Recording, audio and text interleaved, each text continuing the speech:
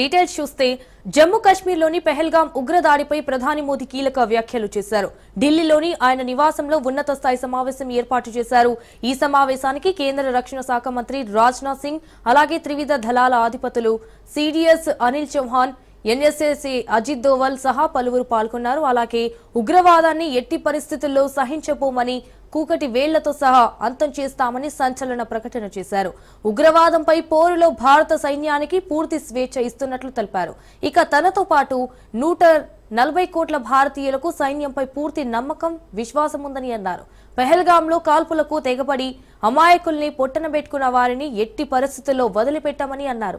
అయితే అత్యంత కఠినంగా శిక్షించడంతో పాటు వారికి సహకరిస్తున్న వారికి ధీటైన జవాబిస్తామని, ఇందుకు తేదీ, సమయం భారత సైన్యమే డిసైడ్ చేస్తుందని తెలిపారు. ఉగ్రవాదులకు ఎలాంటి శిక్ష విధించాలో సైన్యమే నిర్ణయిస్తుందని అన్నారు. మళ్లీ భారత్ వైపు కన్నెత్తి కూడా చూడకుండా సైన్యం స్ట్రాంగ్ రివెంజ్ తీర్చుకుంటుందనే నమ్మకం తనకుందంటూ కూడా హాట్ కామెంట్స్ చేశారు.